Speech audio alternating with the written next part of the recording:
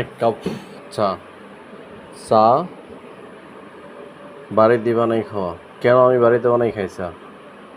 বাজারে যেমন খাই না চা, বাজারে গেলেও বাজারে শুধু গরম পানি আর একটু পাতি দিয়া আর একটু চিনিটা গোড়া দিল, চা এগুলো। কিন্তু বাড়িতে আমি হচ্ছে শ্রেষ্ঠ ব্র্যান্ড ইস্পাহানি মির্জাপুরের টিপের দেওয়া। তারপরে আছে সাথে আমার লং। এরপরে দিছি হচ্ছে আমি আদা। তারপরে দিছি হচ্ছে এক টুকরা বড় লেবু চিপে রস। তারপরে দিছি হচ্ছে যে ছোটো ছোটো কালো জিরার দানা।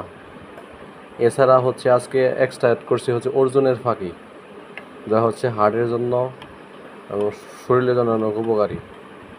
এই হচ্ছে রেমেডি দেওয়া আমার 1 কাপ রং চার মধ্যে।